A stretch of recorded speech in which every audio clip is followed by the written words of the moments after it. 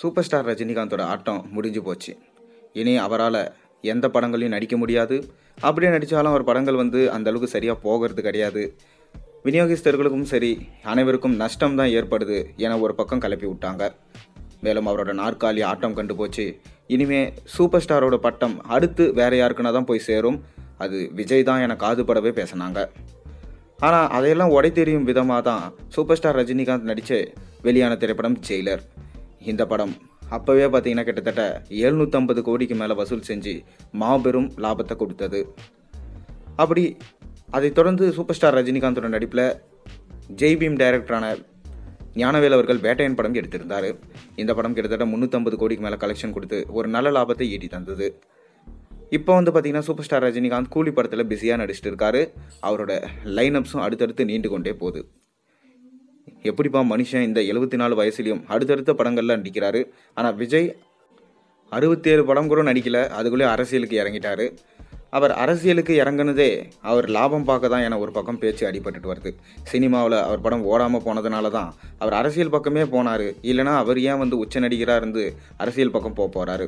தொடர்ந்து 4 படம் ஃப்ளாப் ஆனதுனால தான் அவர் அரசியலில் குதிச்சிட்டாரு என பேசுகிறாங்க. ஆனால் ரஜினிகாந்த் அப்படி இல்லை. அவருடைய உடல்நிலை சரியில்லாத காரணத்தினால தான் அவர் அரசியலுக்கு வரல. இல்லை கண்டிப்பாக மக்களுக்காக பணியாற்ற அரசியலுக்கு வந்திருப்பார்.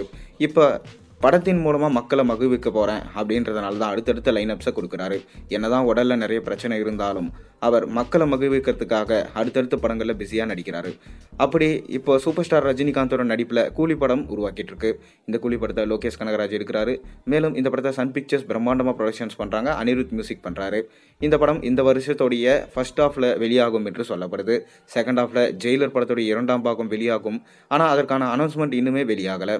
அதைத் தொடர்ந்து சூப்பர் ஸ்டார் ரஜினிகாந்திடம் கார்த்திக் சுப்ராஜ் ஒரு கதையை சொல்லியிருக்காராம். ஏற்கனவே பேட்டன்ற மாசான படத்தை கொடுத்துருந்தாரு. இந்த படத்தின் மூலமாக சூப்பர் ஸ்டார் ரஜினிகாந்தை மீண்டும் பழைய ட்ராக்குக்கு கொண்டு வந்திருந்தார். ரஞ்சித் பார்த்தீங்கன்னா சூப்பர் ஸ்டார் ரஜினிகாந்தோட இமேஜே மறக்கடிக்க வச்சுருந்தாரு. அதை போக்கும் விதமாக பேட்ட படத்தில் சூப்பர் ஸ்டார் ரஜினிகாந்தை மீண்டும் ஒரு ரெட்ரோ, அதாவது வின்டேஜ் ரஜினியை பார்த்த மாதிரி இருந்துச்சு அப்படின்னு சொன்னாங்க. இப்போ கார்த்திக் சுப்ராஜுமே பார்த்தீங்கன்னா நம்ம சூர்யா வச்சு ரெட்ரோ படம் எடுத்திருக்காரு. அதை தொடர்ந்து தான் நம்ம ரஜினியோடைய ஜாயின் பண்ண போகிறாராம். மேலும் இப்போ ரிலீஸ் ஆக போகிற கேம் சேஞ்சர் படத்துக்குமே பார்த்தீங்கன்னா கார்த்திக் சுப்ராஜ் தான் கதை எழுதியிருக்காரு. சங்கர் அவர்கள் பிரம்மாண்டமாக அந்த படத்தை எடுத்திருக்காரு.